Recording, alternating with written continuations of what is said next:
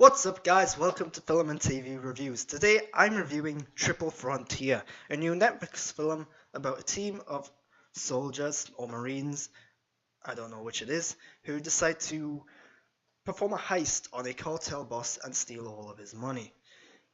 What did I think of this film? It's alright. Yeah, it is. It's alright. The film is distinct. The setup, the actual synopsis that I just said, happens entirely in the first half of the film. The second half of the film, very different from the first. It really is two different films kind of meshed together. And the film's only 2 hours long, roughly. So the first half is the heist. It's all about planning the heist, trying to get everyone involved, and then doing the heist. And it's all full of tension. It builds up. It's great. Very good action. Very realistic depiction of action as well. So it's not the most exciting stuff, but it is tense. It is engaging.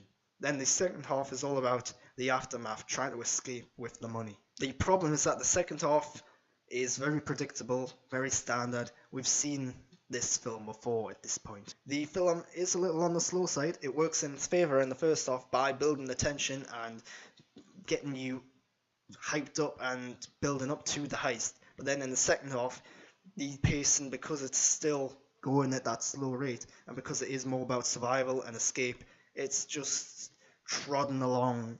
It feels a bit more drawn out in the second half of the film. And the second half of the film, because they've done the heist, because they've gotten away from the bad guys and they're just trying to escape the country basically at that point. Light spoilers.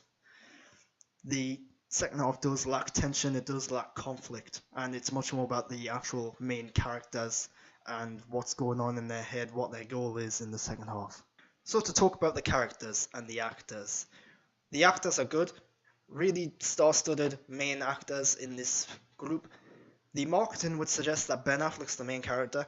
Don't be tricked by that. Ben Affleck is not the main character in this movie. Oscar Isaac is. In fact, Ben Affleck, not in much of this movie at all. And the characters are really simplistic, very basic. The actors do add some depth to them. They are good performances. But yeah, you've probably seen these military type characters before in other films. There's not much originality to them. So I talked about how the second half of the film doesn't have much conflict. Well, that's mainly because the film doesn't have a villain. There is the cartel boss, but he's only really relevant in the first half of the film, and you only see him for like 5 minutes, if that. So without a compelling villain, without a clear villain, there's no reason to root for the good guys at all, because what are they fighting against? What are they doing this for? They've already, by the time the second half of the film starts, they've already done everything that would usually happen in the full film. So yeah, that's disappointing. And the villains, there are enemies in the second half of the film, but they're faceless, random enemies basically. And one of the problems with this film, similar problem to Suicide Squad, is that the main characters, despite the fact they are military guys, despite the fact they are taking on bad guys, they themselves are doing bad things, and by default that makes them bad guys. And that's kind of what the film delves into at its core, is what makes you a bad person? If you're taking on bad guys, are you a good person? But if you're doing it for bad reasons, does that make you a bad person? So it does a good job of looking into that. It never goes into too much depth on that though, which is a little disappointing, but it does address that issue. And by doing that though, it means that the main characters are hard to relate to, because they are good people doing bad things, and you've got to question whether or not you want to be rooting for them or not. And in relation to this, the film does a good job in the first half of the film explaining why each of the characters is actually doing this job, why they need the money, or why they're wanting to take down this guy. It really dives into that a bit, particularly with Ben Affleck's character, and that's good. One of the characters has an arc throughout this film that is really rushed and forced in.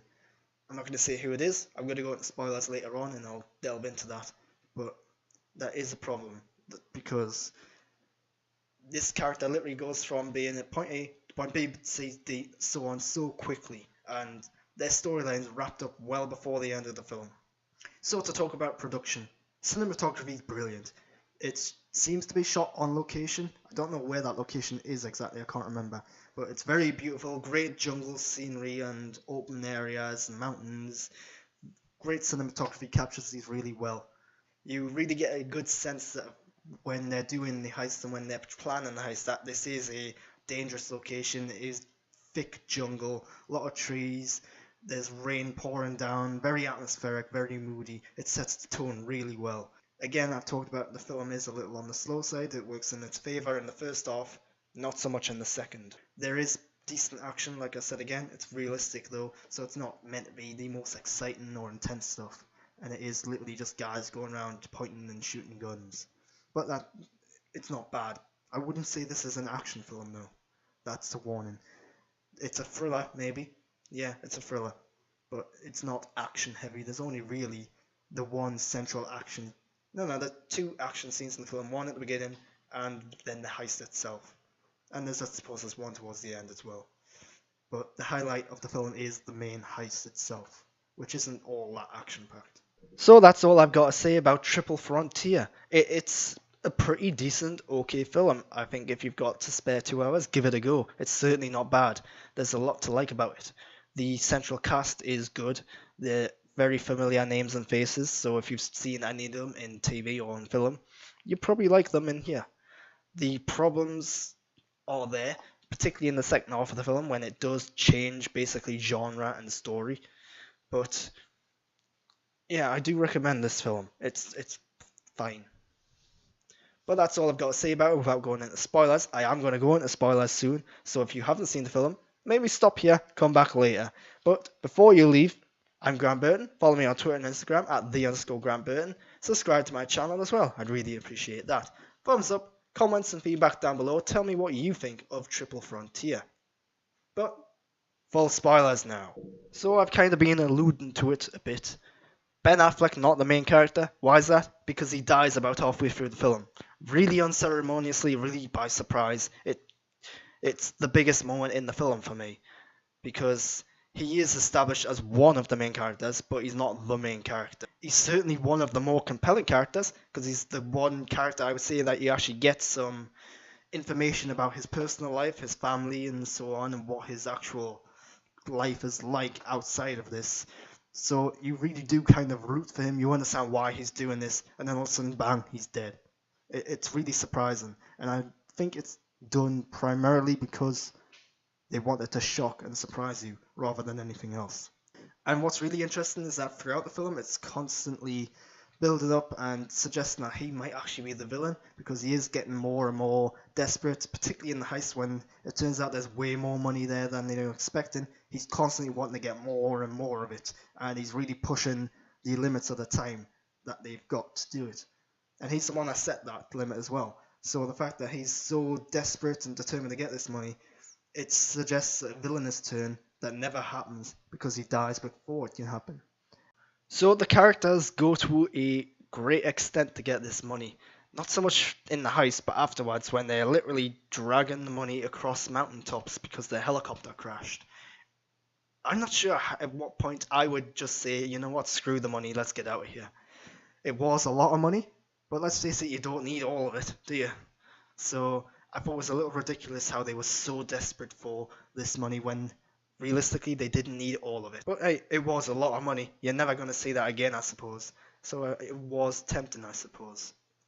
So one of the reasons the second half of the film isn't as good as the first is because it does become predictable. You know that they're going to escape eventually. You know they're going to get to the end and escape the country. And yeah, giving the money to the family, it was just a bit bland. At the end, Ben Affleck's character is dead, so they all just say, you know what, let's give our share of the money to his family.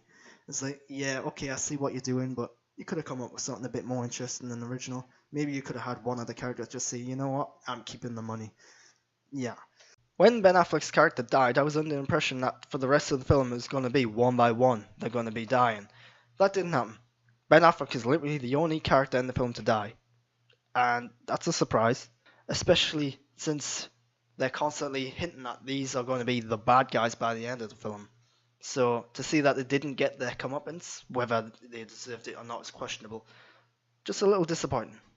There's also a bit of a loose end. Oscar Isaac's informant and her brother are let loose and given money, and in the end they actually end up with more money than any of the military people, which is a little funny. But we don't know if they make it out or not. We don't know what things happened to them. So, yeah, I don't necessarily need to know, but it would have been interesting. But yeah, that's all I got to say about Triple Frontier. It's an alright film. I do recommend it if you've got a spare 2 hours. It's on Netflix.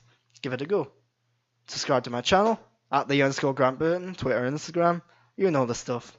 Thanks for watching.